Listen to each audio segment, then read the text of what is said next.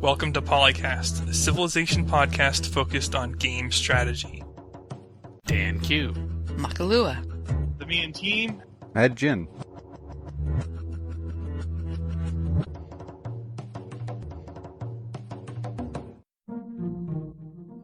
Especially when it's not, like life-alteringly important. Damn, what are you talking about? PolyCast is always life-alteringly important. People rely on us for their fix. If they don't have us, it's going to make their day worse as they drive into work, and they might make a poor decision that leads to a ripple effect. Yeah, we can't have that. You guys talk. We are talking. Talkity talk. Something to be said will be said. Your mom? Heyo.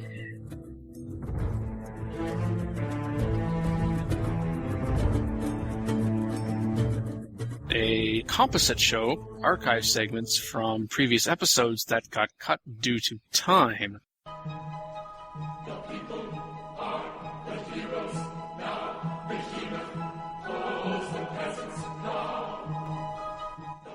The 197 feedback. This is a question by Bruno Prado Santos. He wants advice on how to play on deity and use Jesuit education.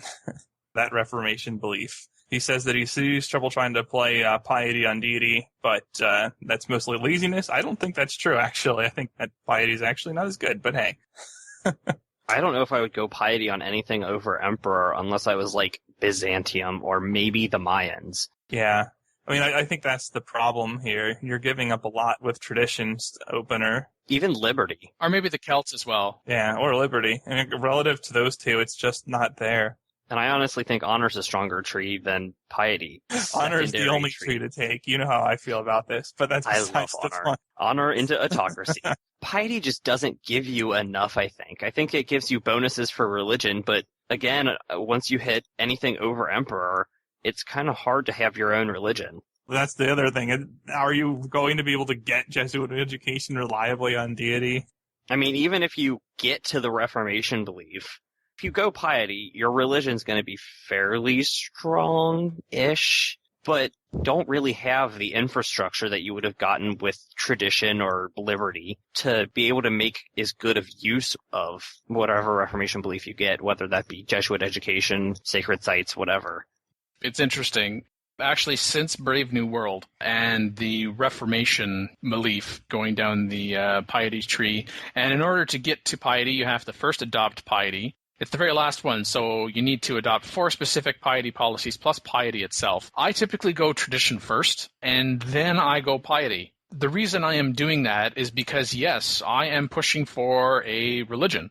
I dismissed Jesuit education initially, and I was just like, I don't want to go to that effort to get to the Reformation belief. The thing is, if you can't get Jesuit education, and I think it is the strongest Reformation belief, I think you can also do very well with some of the others. But to Bruno's point, and I can't speak to deity specifically, I am an emperor-level player. Like he says, where if I rush piety, I always end up too small-legging behind. Yeah. That's why I go tradition first. And then Jesuit education is my hope that now that I have my religion, the other thing I'm also looking at is by that point, I should have a decent idea of who else is on the map. I've got contact. I can check in the game. I can go to diplomacy overview and I can see what social policies people have adopted. And I am watching for the icon that says a Reformation belief has been founded. And I think because, by the way, people are wondering, what's everyone all excited about Jesuit education for? This is where you can use faith accumulated to buy universities, buy public schools, as well as research labs. And the thing about going tradition first is that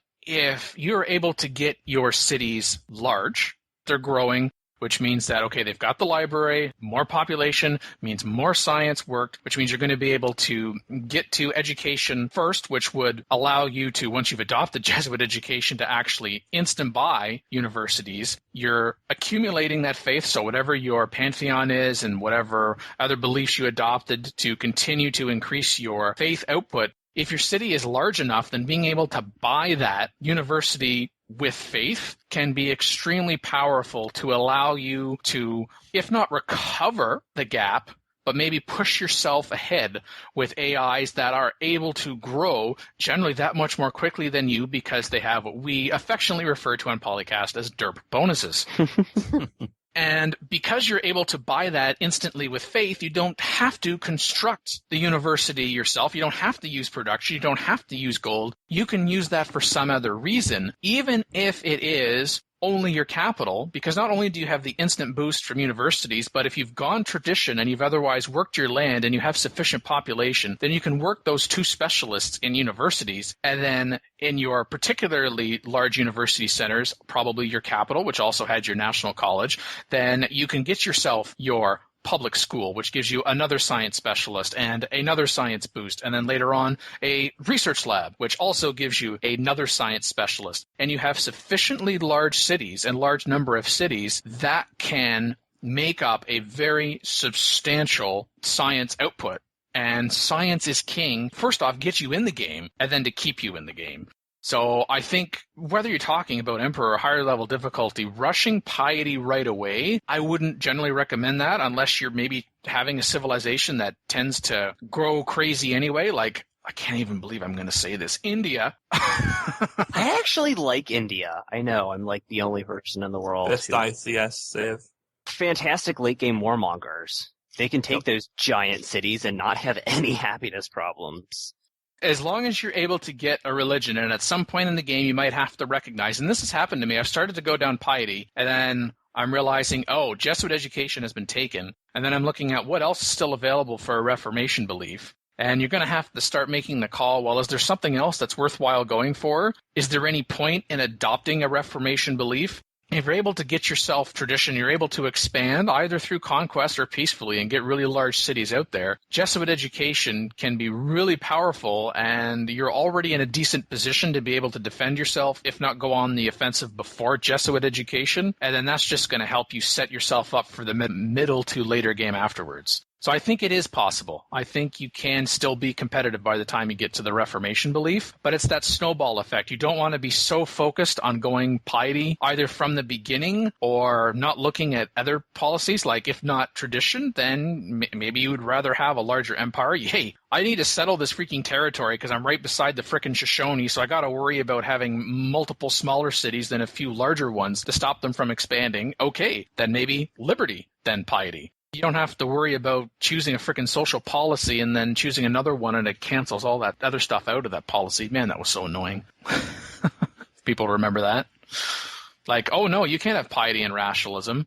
That's the other thing. Oh man, I love tradition, then piety, then you've got, boom, as soon as I get library in my new cities, hey, I'm going to buy the university, I can get myself a public school and a research lab, although generally for some cities it might not be advantageous to necessarily have a public school or a research lab right away. But universities, yes. And then if you get Reformation, and then you're getting an additional science boost as long as your empire is happy, and then you go down to the next social policy that then gives you +2 scientists for every specialist, which you should be working already, those science specialists, plus you have a large empire from tradition in terms of population. Talk about snowball effect. Whether you're the Shoshone or somebody else, it is sweet.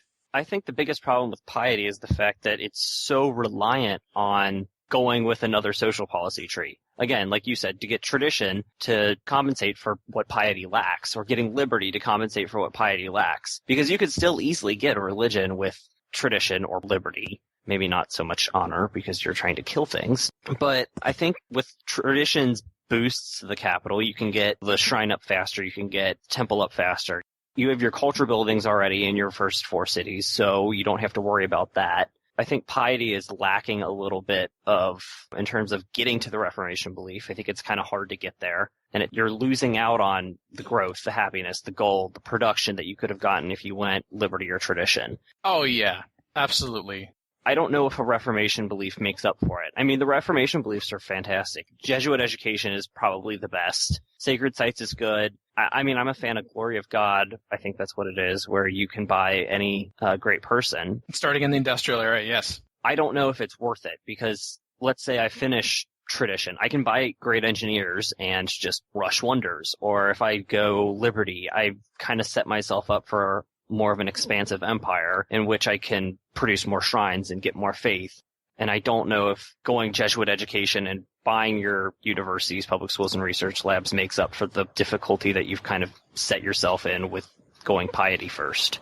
Yeah, it's the going piety first. To me, piety is a strong contender to be a secondary policy tree choice. But choosing piety first, unless you happen to be, say, maybe Byzantium or the Celts or the Mayans, where you've already got kind of a base infusion of faith, or of course in the case of Byzantium, the ability to adopt yet another follower belief, then no, starting with piety off first, regardless of your difficulty level, is really making things, I wouldn't say unnecessarily hard for you, but you've given yourself a little bit more of an uphill battle that if things don't align just perfectly, your ability to adapt, you haven't given yourself enough breathing room to be able to respond as well to, what phrase could we use? Shit happening.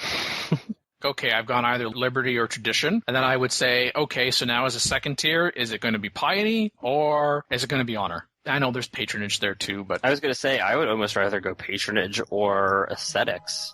Oh, don't get me started on aesthetics, but then again, I'm a domination kind of guy in the game, so... The benefits aren't there to me. Again, I think you can do it, and I think you can win doing it. I just think it's going to be more of a uphill battle. I think what Michael is saying, he just doesn't have a lot of faith Ha ha ha ha. in piety.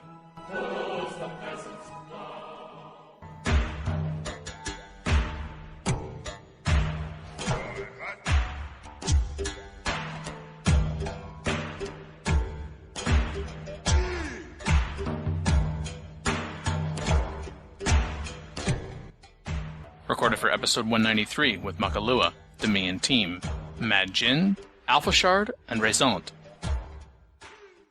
This is a post by AE Savant, and their post says, my biggest issue with Civ 5 is that the ocean expansion of Civs crowds out free movement. It seems pretty unrealistic that a civilization can lay claim to ocean tiles hundreds of miles off the coast, yet this is always the case as the game progresses. Is there a mod to limit the ocean tile to one tile? Thanks in advance. There's several posts on here, people arguing about how much area civilizations actually claim offshore and versus it being the modern world versus ancient, they wouldn't go that far out. So I can see maybe making triremes do like they did in Civ 1 where you can put them out in the ocean, but there's a really big chance of them getting lost. This is the basic concept of countries claim X amount of space in the water, but can they realistically patrol it, and would you drive a fleet through there without declaring war on them? And would they get mad at you for doing so? Yeah, I think this is largely a mechanic issue as well versus the realism. Yeah. Yeah, because we have international waters, and that does leave the space, but the world and Civ don't exactly scale to each other. Mm-hmm. I mean, even if you just went for economic zone, there's lots of space. I thought it was an interesting discussion that they had on the post. One thing, getting back to kind of what you've said, with the modern world, I think you'd be more apt to know someone's sailing through your water, or what you're claiming as your waters, and you'd be more apt to defend that or threaten, to stay out of our waters. Yes. As opposed to ancient times or, less modern times where you wouldn't necessarily know someone sailing through your waters. And so you can have at points, and I guess probably what he's annoyed with is something that I've experienced, I'm sure everyone has, when you have something out exploring the world and then suddenly, now I can't get back and I can't learn to explore the ocean because I'm now stuck over here. So maybe something could be done depending on the age, whether or not you can freely pass through territory without the open borders. Or make a ship that a non-attacking but exploratory ship, or maybe make the scout able to go through territory without, Yeah, because missionaries and great prophets have that thing where they can go through the territory without it counting as you declaring war. You need a naval unit that could do that for earlier exploration, maybe. Right. Or it's a promotion you could take. Mm-hmm. Sneak. Sneak. That's not what they called it in Civ 4, but yeah, there were some units that could ignore borders. There is something to it. I mean, obviously, yes. Modern day, we can see far, far away, but in-game where you get, like, a civ that goes high culture that's claiming, 3-4 tiles out into the ocean. Yeah. Yeah, like it's even like 3 and 4 tiles past their actual radius of their city. It's just crazy. Or in the case of the exploration, it's like, oops, somebody's culture border just took this pile and the spot and the only way out, and that was the only way out. So now I'm stuck on this one hex waiting for teleportation magic to happen. For them to expand over this last hex and go poof, and suddenly I'm on the other side of their empire. Because, again, that's realistic also. Yeah. Totally. If you stand right next to Canada at Niagara Falls and you wave, the border expands over you, boop, you're in Mexico. Late life Civ 4, one of the tactics that the competitive multiplayer teams, like for Hall of Fame, so you don't have like a turn timer, they have a lot of time to plan. They will use that automatic teleportation to get over water barriers and all kinds of other stuff to achieve otherwise impossible feats. It's kind of iffy. I'd be okay if open borders isn't required in water, but that if you trespass, you would take a Diplo penalty. Yeah. Kind of like what we have with city-states? Mm-hmm. Yeah, basically. You can sign an open waters agreement, whatever. That'd be cool. Change land from water. Split those two. Land, I can see that they're more likely to know that you're around, but I still kind of disagree. But have an open waters treaty so that you can go through any water you want, but if you're trespassing, they'll get mad at you. But if you sign an open waters treaty, then you can go through there without them getting mad at you. That would probably solve the whole problem. There you go. You've been fixed. EU4, ask for military access. Although some people might use that to get the AI to declare to take the warmonger penalty. You just have like a fleet of ships sitting in their border. Always a way to building up hatred. You might want to cap it. Yeah. Yes, there would be some issues in there. Well, if you capped it, it wouldn't be horrible. Just cap it so that you don't have like -50 or sailing boats in our waters. Yeah, so if they were already pissed off at you anyway, that might push them over. But if you were just neutral with them, they'd be kind of like, really? Yeah. I mean, you could also do the whole blockade thing as well. So act like it's at war if you don't have open waters, so that you can't go past somebody else's boats. No. That way you can't sneak an entire fleet right next to their city and them just being bad at you, and then you attack them. Yeah, that makes sense. So they can just, blockade the fleet out. It's to get the coastal cities. I mean, you can do that anyways. Yeah. These fleets are fast. Yeah, that's true. But it would be even easier still against the AI to do that. Of course, there's still that whole teleport out if you declare war. That's true.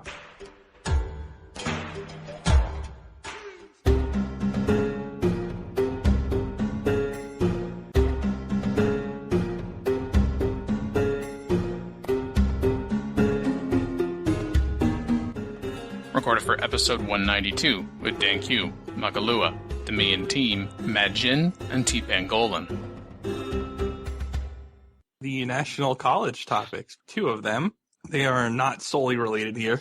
One of them is National College or Conquest, started by Andy06R. And the other one is National College with Cities. Yes, you do need cities.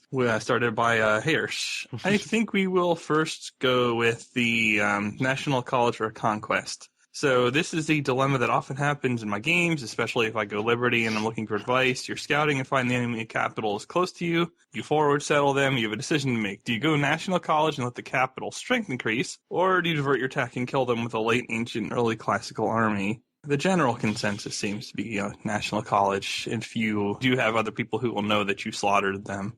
The majority who will say that that's the direction to go, not the consensus. Because I personally think you should kill them always, because that's the more fun option. But he is playing on Emperor, so I mean, he can take the time to go slaughter them and still be able to build a national college later and keep up in tech. I mean, that's not as much of a problem as it would be on DD. On DD, I would say, just go national college unless they attack you, in which case, kill them. Well, yeah, because you can always slaughter them later, but the longer you wait for the National College, and then the likelihood that, of course, that you're expanding more and more cities, the more time-consuming it's going to be to get the National College because it's taking longer, and then there are all those turns that you didn't get the National College, so you are falling behind, or at least not getting as far ahead as you should in tech, and we know that tech is king in Civ 5, and the higher difficulty level you go, that's going to be a problem if you're near anybody that can do anything about it. No way. Yeah. Take honor, forget tech, and just keep building units until you or they die. By they, I mean the world. And if you are in a dual map, it will probably work. Now you're just limiting yourself. Well, I would love to see someone try it on huge on a decent difficulty. The result would be amusing, but probably not what one would want to happen. I guess the other part is it depends on who is your neighbor. Yes. If it's Alex or Persia or, basically anybody with an early unique unit, then you should probably think about war. Not because take out the person with the early unique unit, it's more that they're going to look at you as an easy target if you go national college without having units. And that can always lead you to a problem. Yes, as I pointed out, you probably want cities to have a national college, and you need cities to be in the game still, so it's probably a good idea to behave in a way that ensures that you have those things. But you always get some civs pop up next to you, like in my latest Beyond the Monument episode, where Arabia basically jumped into the culture game by going into aesthetics first after hitting optics. So they really had no units, and they weren't in a tech line that they weren't going to be able to defend themselves against anything. You So, look like a nice soft target. yeah, you do have to look to see what they're doing. So check their social policies, check their tech paths, see what units they're using to decide whether or not they make for an easy extra city or if you should just wait and take them out later. Yeah, if this is going to bog you down for the next 100 turns in a war that you could have been building cities and other sorts of things, then maybe it's not such a great plan. How about 20 turns? If you're spending more than 20 turns fighting the war without doing something else, then you're in trouble. Well, yeah, but sometimes you only think it's a few turns and suddenly you look up and holy crap, it's turn 100. It's the other thread where Hirsch talks about that he usually gets his national college by turn 80 or 90. To me, that's a little on the late side. I don't know. I've lots of people on the higher difficulty levels that talk about finishing it up a little bit later. Well, yeah, if you found a couple of city sites that you really need to get now that have good luxuries or things. Yeah. So just as a rule of thumb, how many cities should you be founding before you embark on the National College quest? Well, that's a question of, did you go tradition or did you go liberty? Yeah. It's also a question of who's near you. Yeah. And it's also the question in the other thread. If you're trying to do the 4-city tradition start, then, well, 4 cities obviously, but a later national college is fine in that plan because if you rush out those cities and get the nicer city locations and let them grow, it will take a little time to be able to build the national college. But the plan on that one also beelines education so that you can buy universities pretty much right after you finish your national college, which means that you just tripled or more your tech output. Plus, you already have all your cities, so you don't have to worry about anything else, and that means that you can roll through workshops and all the other fun national buildings very quickly. Yeah, if you're going to settle cities early on, then you want to be able to grow them, like Majin said, so then you can construct libraries and then actually be getting additional science output from your libraries. It's not like an equivalent, quote-unquote, of what you get the National College from your capital, but first off, it lessens the quote-unquote tech hit by not getting National College early. And there's also this thing about claiming land. Yeah. Yeah, if you wait too long, the AI will claim the land. And then you might have your national college, but you don't have the land anymore. So it's a bit of a balancing act on that one. The other primary balancing act is on the luxury side. If you settle one more city and it's going to make you go negative happiness without being able to hook up a luxury, then that's one city too far before the national college. Personally, just expand where you can to get more luxuries to keep your growth going, but don't overexpand to the point where you're taking city locations just because. Otherwise, your national college costs will go up, your happiness costs will go up, and you won't be able to grow those cities, let alone get your capital building that national college quickly enough to be able to use it later. And so then just for completeness sake, we kind of touched on the second related topic, National College with cities started by Hirsch. Essentially what he was asking, when do you build the national college as you're expanding? And then he goes on to give an example, like he gets Shaka, Japan, or some more migrant expansionist as a neighbor, so he usually goes 3 cities, then national college. But even there, I think it just depends. And he also talks about usually saving up money to buy a library in my 3rd city. And there are definitely some detractors. They're like, no, you don't want to buy a library. Goodness sakes, why don't you buy like 2 archers with that money, for example? It's situational. It depends on how fast you wanted to get that national college off the ground after putting down that 3rd city. It also depends on the production of that city and if you have a worker there. If you can work a forested hill and chop the forest, then you're going to get the extra hammers from the chopping of the forest. Plus, you're going to eventually have a mine, so that library is going to get up fairly quickly, yes, production-wise. But if you don't have that sort of setup where you can have a couple workers just sitting there chopping forests or whatever to get that library done fast, then you're looking at, 30, 40 turns to get that library, and that's bad. Yeah, like Yeah. if you put down on a floodplains area, which is going to be great later on because of all the population, but right now it kind of sucks because there's only like 1 or 2 hills. That's when you could buy a library. Either that or, I think, more situational than that, with internal trade routes, you could send production to that city to increase, your ability to construct a library or whatever else. But I think that's even more situational because if you're going to have internal trade routes, you'd probably prefer it that it, be sending food to your other cities so they can grow faster and they can work more production tiles, which means they can construct the library more quickly and construct other things more quickly, like units for defense or offense or both. Or mooching science off your neighbors, hey. Yeah, you generally need the money or the science. Trade routes to grab the science from your neighbors, especially on deity or even immortal, is far more powerful than getting the national college up because you don't get as much science out of it. I mean, if you get 3 or 4 trade routes going out and gaining 15-ish science, I'd rather expand for a little bit before getting the national college because you've more than doubled your output, especially with that library. But definitely, whatever the situation, don't not build the national college. Yeah. Yes. Do you hate science? Come Yeah. on. Do you hate playing the game past the Renaissance? Although there are some people, I'm sure, who would like to still see ICS work where you don't build the national college, where you just keep expanding. Some call them the AI. We have some earlier civilization titles you might enjoy. Yeah, that too. Yeah, like 3. Oh, I seriously missed the Maya. Go back to ICS. 3. Enjoy corruption. Yeah. For Huganu in the chat, how do you check another Civ's tech path? Because I made mention of knowing what their tech path was. And basically, you can't see their exact tech path. You don't know exactly what they're doing. But you can tell what techs they're going for based on which wonders are disappearing, how early they hit the classical and medieval era.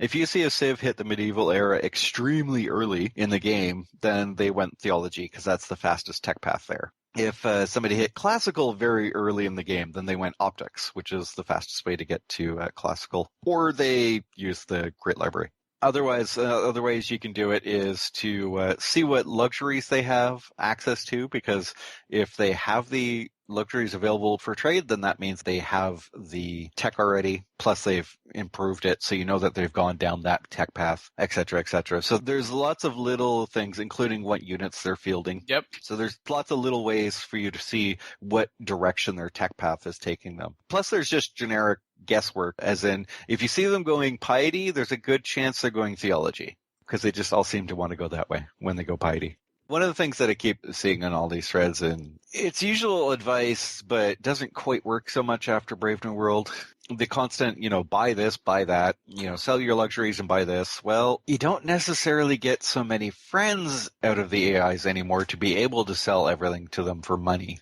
And so a lot of people are like, yeah, I get my national college up by turn 70 with 4 cities because I sold all my luxuries. Yeah, that doesn't always happen. And it's actually, I'm starting to consider that an edge case rather than a common case. It used to be common that you could sell all your luxuries out there because you didn't need to be friends with anybody to sell them, your luxury, and therefore you could take all the money. But you need to have a friend in the AI to be able to get their money out of them. And that's usually what the 4-city tradition national college plan works on, is constantly selling your luxuries for full cash value and buying everything, including those settlers. Yeah, because even if you're able to get yourself to friend status in order to be able to get that upfront lump sum of gold, instead of just the gold per turn, by selling your luxuries, particularly like your only copies of, which is more likely earlier in the game than not, you're also going to get back to this whole happiness issue we talked about. And then, oh, look at that, city's not going to grow as fast, not going to attack as fast in turn. It's going to hurt yourself more than not, actually. I mean, it does happen fairly often that you can get an AI to be your friendly. You just need that AI to be super rich. Now, that could be a situation where you might say, okay, well, if I'm able to arrange that, there's this one more city that I want to place because it's going to take land, it's going to give me a nice luxury, but it doesn't have the production, but then I can make friends with this AI, perhaps not the AI like right on your border, for example, but maybe another AI, and then you get that gold, and then you could say, look, now I've got enough gold to buy the library in that city that gets me the luxury and takes the land but doesn't have the production. Okay, but that's also a lot of ifs, another edge case. Yeah. Recorded for episode 197 with Dan Q, Makalua, the Me and Team, Izmir Stinger, and Aquita. Topic started by, I'm going to guess the pronunciation is J-Man, but it could be just J-Hayman or something. I don't know. Apologize as always for butchering pronunciations, but know that you are not alone. You join a long list of TMIT mispronunciations, potentially. Well, I said two things, so I definitely mispronounced it at least once. So yes, you join that list. Standing army in peacetime, rule of thumb. Thread reads, I'm trying to figure out the best size for standing defense-only army in peacetime, aiming for a non-conquest domination win. Premise is the average difficulty level, and in past versions of Civ, he's had a rule of thumb that 2 of his best units in each city, which is usually enough to slow down attackers at the beginning of a war. I would disagree with that. He read that in Civ 4, military might plays only a marginal factor in the decision of other civs to declare war on you. What rule of thumb do you have for peacetime here? That was definitely true in Civ 4. You would have to be in a runaway position to lock wars with your military might. Usually you had functionally won by that point. In Civ 5, well, I was going to say on higher difficulty levels, essentially that's going to be true anyway because they'll be bigger than you, but I don't know about average difficulty levels. It depends how you're playing. But basically, you want to keep whatever you feel comfortable with that you could hold off your enemy forces, and a little bit of scouting that's going to let you see your most likely attackers. And you probably should keep a standing army just from a premise of actually being able to defend yourself should you be declared on, but also from promotion. So that's the Civ 5 angle. In Civ 4, basically the way it works is that you have to be, with some AIs, almost double their military strength to prevent war. Like Montezuma is close to 200%. So you're not going to be able to do that practically. Your best approach there, well, it's actually not that different. You scout them out and you see what they have. Everybody but Tokugawa, for the most part, will open borders. And you see what kind of units they have, and then you start sticking units in a border city. 2 units per city isn't really a good approach in any of the games, as far as I'm concerned, at least. I don't remember too well with Civ 2. I was pretty young when I played it. But for Civ 3, Civ 4, Civ 5, if you're just throwing a couple units in each city and leaving them there, that's really not the best tactical use of your forces. The AI is pretty predictable in terms of where it will attack, and then it tends to bunch up its forces there on top of it, making it even more obvious. So you really want enough units to hold that off. You have to feel that out to some degree. If you're just trying to survive a war, Montezuma is pretty different from Hammurabi or Shaka. They're all a little different, but you want enough units to hold off their offensive force. And they will stack up their stack of doom right next to you if they're going to declare on you. And they will telegraph it with, we have enough on our hands right now. If you mouse over the declare war, or if you have a mod like Bug, then it'll just show you that they're plotting a war of some kind, and you can be a little extra vigilant. But you want to get away with a minimum of units, and that's going to vary depending on the size of your enemy, your size, and whatever. There's no, 100% hard set rule for that. Other than that, if you have no possible enemy, you can get away without a military. Otherwise, it's probably good to have at least enough to hold off the initial attack. And you can see that via a combination of looking at the demographics to see what the army is that they have, and just getting open borders or using culture or whatever, or spy, to look at their military. So starting with alphabet, you can always look at their stack just by moving a spy next to them. A lot of people responding to Jamin's thread said that the ideal number of units per city is exactly 1 warrior each. Yeah, as you mentioned, correct. You can oftentimes prevent war through diplomatic means entirely. Half of the civilizations will not plot war against you at all if you're pleased, and getting to pleased is fairly easy. Yes, although usually those guys aren't too threatening in war anyway. There are some exceptions, of course, like Mehmed. He will not plot it pleased. He can be quite devastating. By far the best defense in that game was knowing the ins and outs of the diplomatic system. How you can get points with people and with whom those points count. But if you draw a start with Shaka next to you, there's really not a whole lot you can do, other than if he has someone he hates even worse, and that also borders him. Because otherwise you will trip land target with him, because he'll settle at you. And even if he's pleased, he can declare. At that point, you need to have some units. There's no way around it. Then I guess you can ask for a 1 gold tribute at please to buy some years of peace. Or if you are doing well in technology, you can constantly bribe him into other orders at risk of making him huge. But ultimately, you probably want some forces. And especially on the middle difficulties, it shouldn't be that hard to wall him. Even on Immortal, when they hit you with 10 units, it's not that bad, especially if you find a hill city. I think another component of standing army, amongst some others, is your economy. being able to actually support that army. And at a certain point in time, you may find that you need to temporarily reduce your standing army. And you might be thinking, but then I'm more vulnerable to attack. But if your army is so large that you're having a significant deficit, and I'm kind of bleeding maybe a little bit in more into Civilization 5 here, but still, that it's crippling your ability to maintain your units anyway, and your ability to continue to produce science, to continue to hold what it is that you have, to be able to buy things, to keep people happy, then that's something you also need to take into account.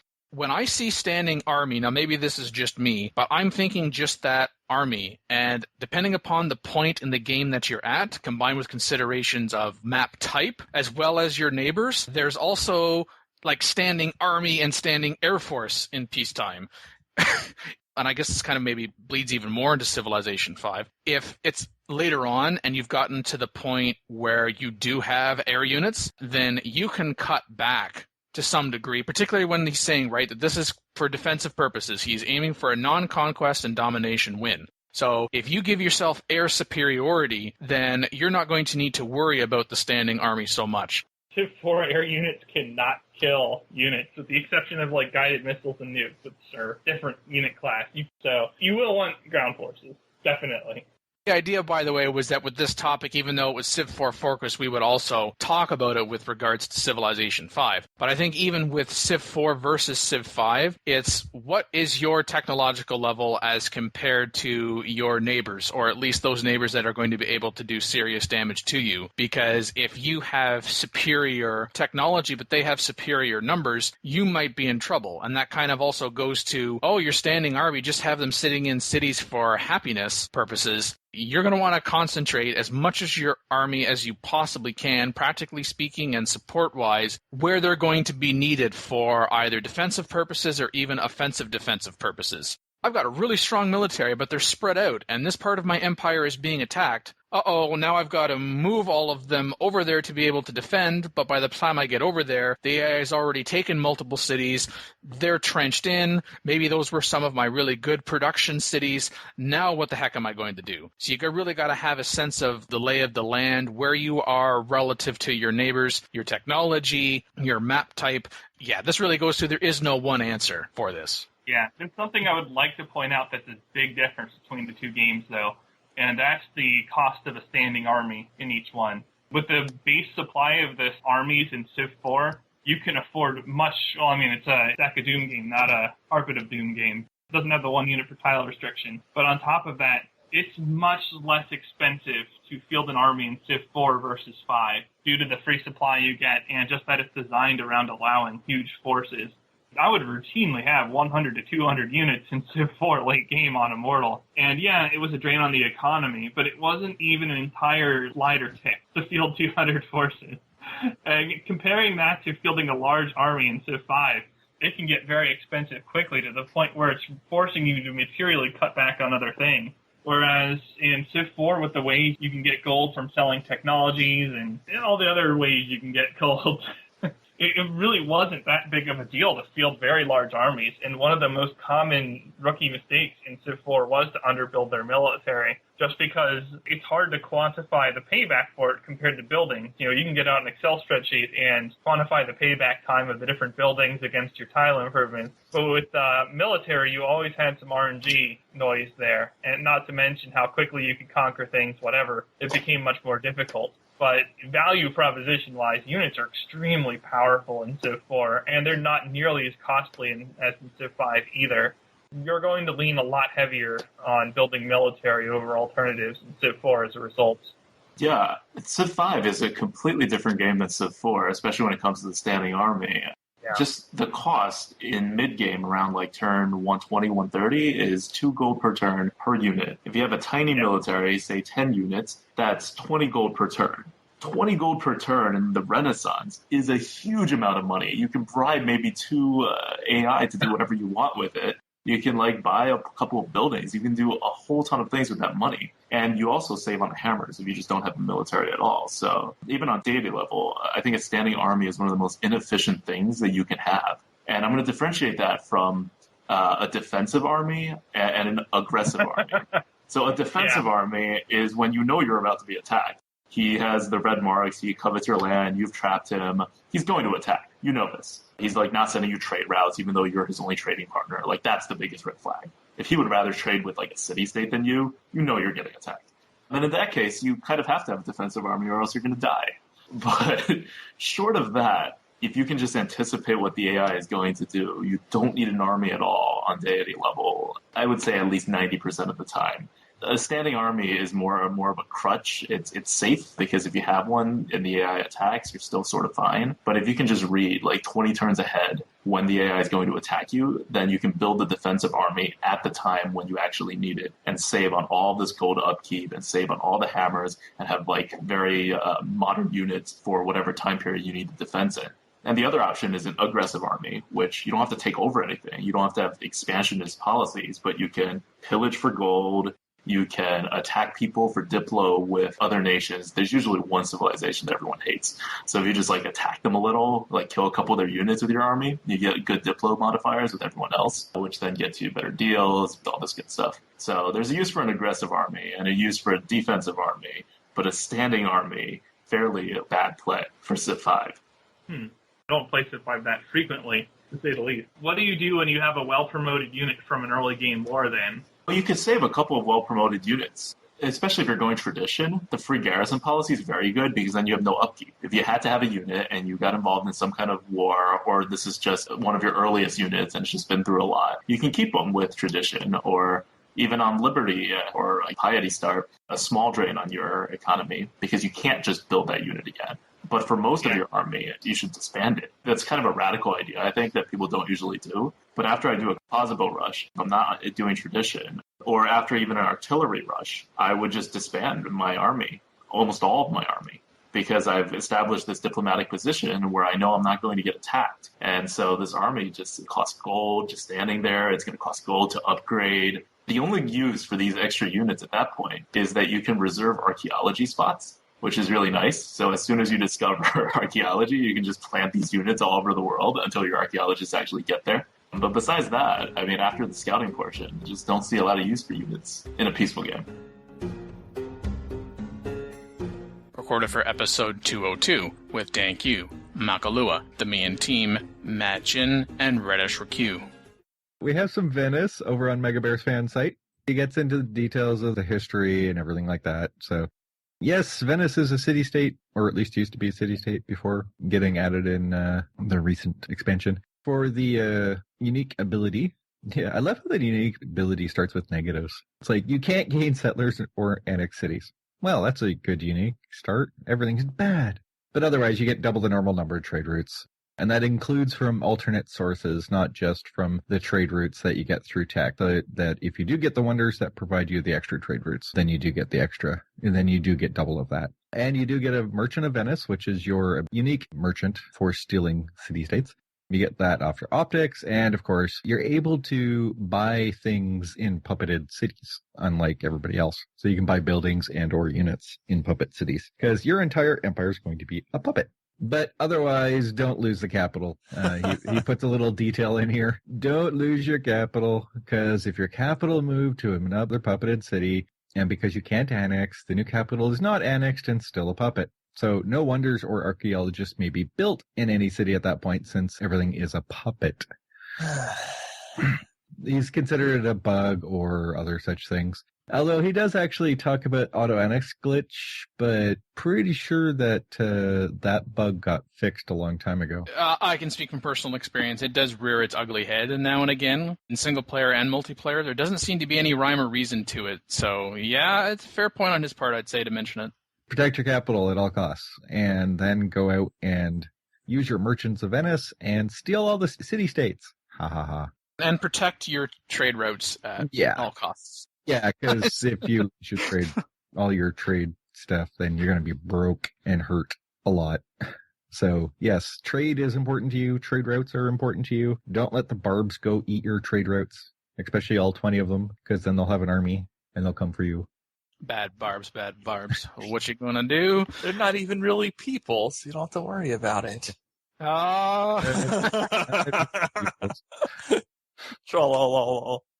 Even if you accept barbarians are not people, they can still do damage. Yes. I'll quickly talk back to gameplay before we spiral completely out of control. The most obvious is that, of course, you can steal city-states. You don't have to be friendly with them or anything. They can even be mad at you. It doesn't really matter, as long as they're not at war with you at the moment. You can go steal the city-state away from your enemies who have allied them and turn it into a nice little puppet for you. Just be careful when you do that, of course, because a lot of city-states, especially in higher difficulty levels, crank up the population very, very fast, but they don't necessarily make all the buildings very, very fast, especially the happiness ones. So if they don't have unique luxuries compared to your empire, you could just be soaking in a huge amount of population for very little output gain. Unless, of course, it has some other good thing like a strategic resource you don't have. So you don't always want to use Merchants of Venice to add city-states to your empire. That's why the other thing that the Merchant of Venice can do is use a trade mission. So you get 100% more gold and 100% more city-state influence than the normal trade mission, which is great because early in the game, when you have only one city, if you want to go hyper spam, well, you have a bit of an issue in the fact that you have national college, maybe some culture buildings, maybe some other national wonders, maybe a world wonder. All the stuff that you actually have to build in Venice because you have no choice but to build it there. That doesn't leave a lot of time for actually constructing buildings or units, especially with the optics one. And other than for going to steal first couple city-states to increase your empire, you may actually want to use it for that trade mission so that you can buy everything in Venice and keep plowing. On top of that, of course, if you finish Commerce's entrepreneurship social policy, you actually get 4 times the gold in total because this is 100 plus 100%, that's plus 100%. So yeah, it gives you some nice boost if you go Commerce with Venice. Go figure. Why would you go Commerce? Because if you adopt Commerce, then you can try to get yourself the Big Ben wonder for reducing gold cost of purchasing in your cities by 15%. And since that's mostly what you're going to be doing all game, in your puppets. Yeah, there's lots of reasons to go Commerce.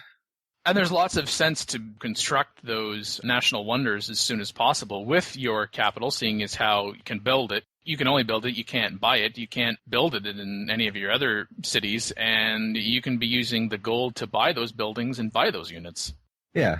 On the city-state point, talking about a little earlier, Imagine, and this has been my experience and has been Mega Bears fans as well, buying a city-state will not have a diplomatic consequence with any allies or protectors of that city-state. And by no diplomatic consequences, I mean not that suddenly, now, like we're close to each other or anything like that. Unlike making somebody's ally your own ally, in which case, hey, we're competing for the same favor. Because the city-state just disappears. It's no longer a city-state after that point. So, yay!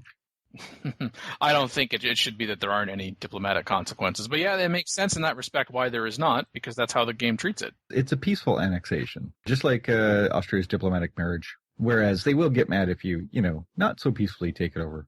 I think it's perfectly fine, because if the world got mad that Venice picked up an extra city-state or two, you'd never see Venice last outside of the medieval era. To me, it would only should be an issue if they are already the allies of that city-state, and then you go and absorb it in that fashion. If it's quote-unquote just a city-state, and then people be like, oh no, you absorbed that, now it's not a city-state, then we're angry at you, well then yeah, you're screwed over. I just think that would hopefully give you pause to think a little bit more about what city-state you're going to pick up, in addition to the considerations, like you said, in terms of how large they tend to get, the luxury diversity that you would want in city-states in order to be able to keep your happiness level up and up. Mm-hmm. Yep. Did mention the Big Ben wonder, although I would say of all the wonders you want to try and go for, and of course earlier on is better than later on, unless you're one of those advanced starts people. You know who you are, as I will call you out again, I surely will. Be the Colossus. Because yay! Remember that additional trade route you'd get otherwise if you weren't Venice? Yep, have 2 more. Yep, and cash. Yeah. Plus 5 gold, and then if you get plus 1 gold if another civilization trades to you, that just adds up. Yeah, and then you throw in your East India Company and all the other fun stuff, and it keeps adding up. But otherwise, yeah, I mean, you really want to stack Venice as much as possible for what it does quite well. Like, the Terracotta Army is not necessarily a wonder you want to go for, unless you can somehow get a mix or large mix of units out of a number of city-states, and then you can double it, but Yeah, I would say after Colossus and Big Bend, the only other one that I would be strongly tempted to go for more often than not at Venice would be the Hanging Gardens, and that's for the free garden. Mm-hmm.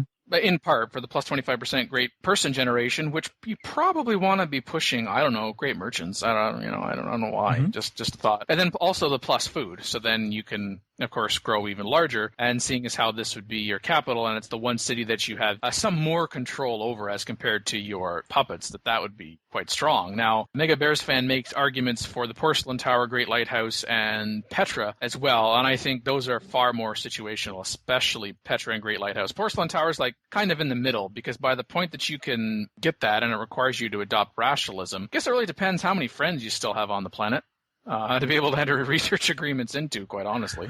Well, but it's a free great scientist, so. But I would say, I mean, you should always get the Porcelain Tower anyways. Same with Big Ben. But having Hanging Gardens, it's a lot harder to actually get it unless you're in the Emperor and below levels. And even then, it's questionable for Venice to single focus getting to math and then doing the Hanging Gardens and blah, blah, blah. Seems like not necessarily the best plan, though it is nice to get that extra food in Venice. But you will always have the greatest start, and that's actually the one thing he left out of the unique ability listing there, is that you always get the best coastal start as Venice, which means there's a good chance that you're going to get a lot of food at the start from water. So that is quite important. So you might not necessarily need the Hanging Gardens. There is a potential for non-coastal start, i.e. if you move around. Disable start bias. Yeah, disable start bias. Pick a map that has no ocean. That never happened in the Turncast recording where I disabled start bias and somebody got Venice and they were angry. No, that would never happen. No. And depending on what it is, actually, you can get really, really good starts. Like in my Venice LP, I had a huge amount of water-based resources in the 3 range after a move. So you want to focus on the naval side. And the reason to focus on the naval side as well is that you get your Great Galleass. So it's a Galleass replacement. Basically, it's very similar to the Galleass, but it's a little bit more expensive on the tech. 10 extra hammers, obviously. But you do get increased combat strength, increased range strength. They'll do more damage. And frankly, Great Galleasses, if you have the time to build them, yeah, I mean, they're not great. They're pretty good. But if you get the time to build them, then you're basically destroying a lot of land and sea-based stuff for some time, especially if you can get them to range. Then they're going to be permanently useful until you can get to frigates. Yeah, I would say if you see an opportunity as Venice to go after another civilization, in whole or in part, on the water, and you want to use a Great Galleass, then maybe there's some cause to build the Great Lighthouse in that case. But it also depends if you can, of course, reach them, seeing as how they can't enter ocean. I think a Great Galleass is more about defending your trade routes and just defending yourself from invasion more than anything. I don't know. They're better than crossbows at that point. I mean, they're very similar in stats to crossbows, but the problem is that sea-based units get that bombardment booster. So it's just a barracks and maybe even the heroic epic because you're Venice and you're going to build all your national wonders really quickly. These things can just destroy because bombard is versus all land stuff, not specific to any individual thing. So they will just wreck things. Like a single Galleass can wipe out a pike unit in one shot. Just boom, gone. So it's pretty easy to rip through all the defenses very, very quickly. And I would say the last thing to discuss with regards to Venice is how do you compete against them? So Venice is an opponent. What do you do? Well, let's refer back to their trade routes and getting rid of them and preventing them from meaningfully having any. Take their trade routes from orbit, yes. For fighting against them? Let's see. This is where all your trade routes come out. Squish. I'm just going to declare war on you while my single unit is sitting on all your trade routes. Thanks. That's a lot of money. I'm just going to sit my little fleet out here in front of your harbor and camp. Thanks. Yep. Enjoy. Thanks for the money. Jerk.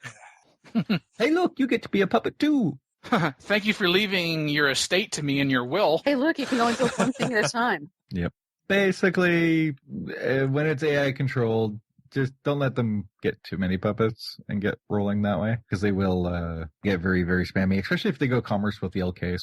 Because, yeah, if they have a ton of money and they can spam out LKs, Lenschnecks, then, yeah, can be a little bit more annoying. But otherwise, I would say just chop their trade off, and just take them out, because frankly, an OCC is not going to survive versus somebody who's expanded and has multiple cities.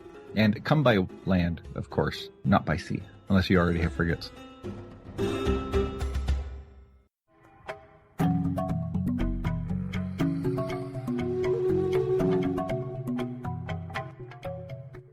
Recorded for episode 191 with Dan Hugh, Makalua, the Mian team, Mad Jin, and Nerdy Sandy.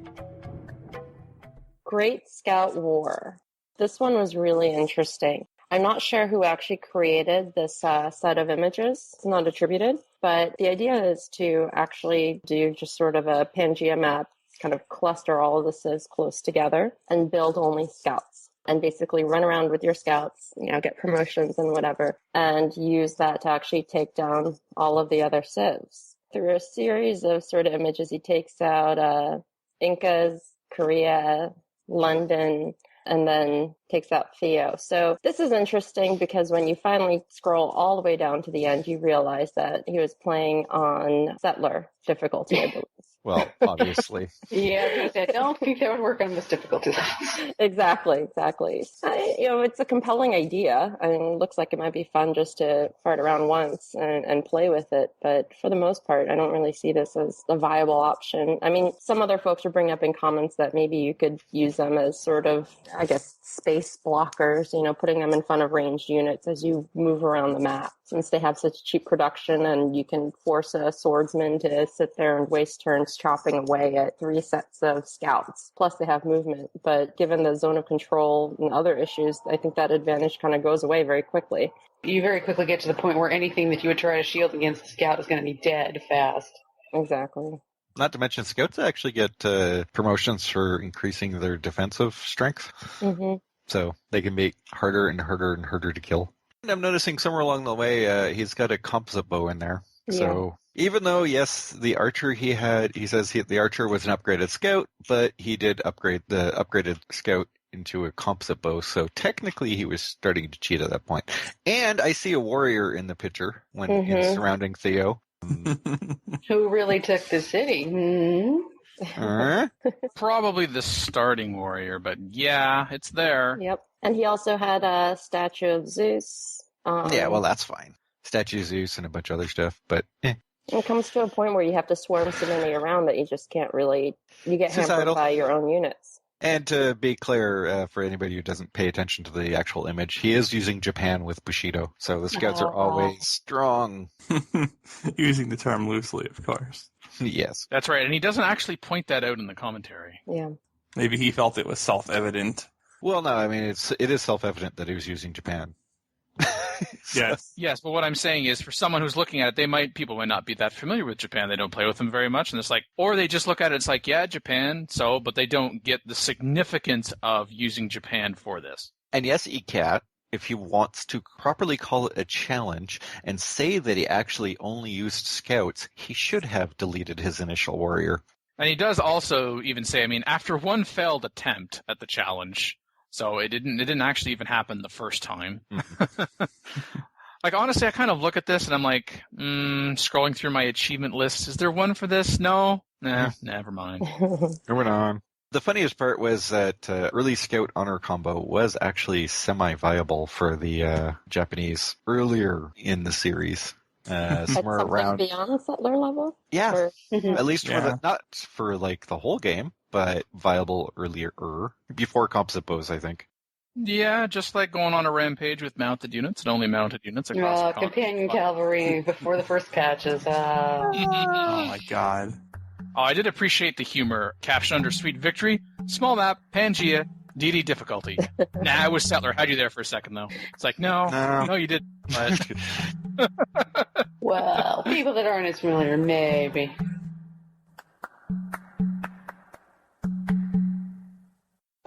Call in today. In North America, the number is 301-637-7659. That's 301-637-POLY. In Europe, 44121-288-7659. That's 44121-288-POLY. The only thing worse than being talked about is not being talked about. In future, Civ, you don't play Civ. Civ plays you. Yep. For more information on PolyCast, Our sibling shows Modcast, Revcast, and Turncast, or about PolyCast in general, log on to the series' official website at polycast.net. Record dates assorted, 2014. Civilization 4, 5, and Beyond Earth sound clips copyright Take-Two Interactive. Copyright Civilized Communication at civcom.net.